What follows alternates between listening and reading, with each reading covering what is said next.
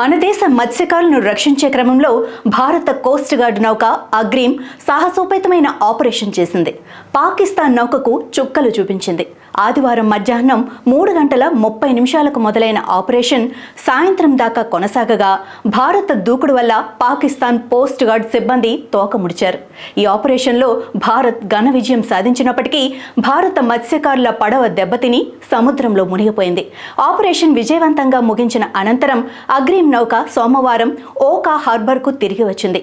ఈ ఆపరేషన్కు సంబంధించి Indian coast guard తన అధికారిక ట్విట్టర్ ఖాతాలో విషయాలను వెల్లడించింది.